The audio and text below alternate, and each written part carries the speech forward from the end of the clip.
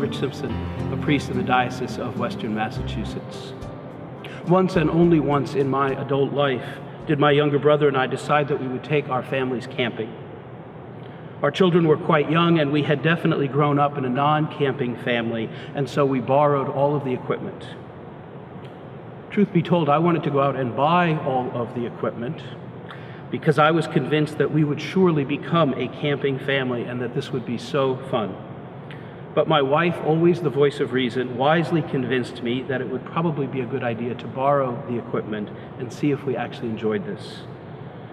And so my brother and I reserved a couple of places on a campground and went up early to set up the tents.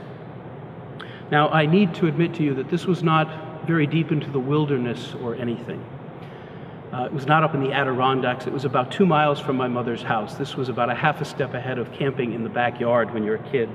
And my mother brought up lasagna for dinner. Nevertheless, Jim and I decided that we would set up these borrowed tents. And trust me, we had no clue. We tried and failed and tried and failed. Thank God that nobody could see us. Except that it turned out there was this woman in this camper who was watching the whole thing. And finally she came out. And what she did next was extraordinary. She took pity on us, and she helped us. And she managed to do that without even bruising our fragile male egos. She helped us out. She assured us these things were tricky, and she knew we would have gotten it eventually. Trust me, we were not going to get it eventually. We were complete idiots, and we knew it. But we were grateful for her help. It rained for 2 solid days after that, and I have never been camping again. It is hard to ask for help.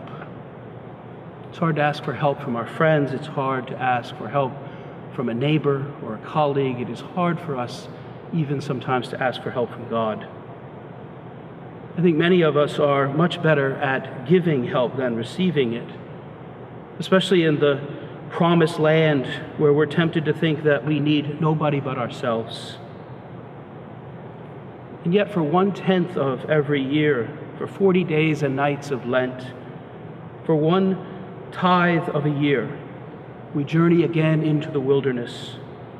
We go into the desert together, where we realize that the only way to survive is to rely on each other and to rely on God one day at a time.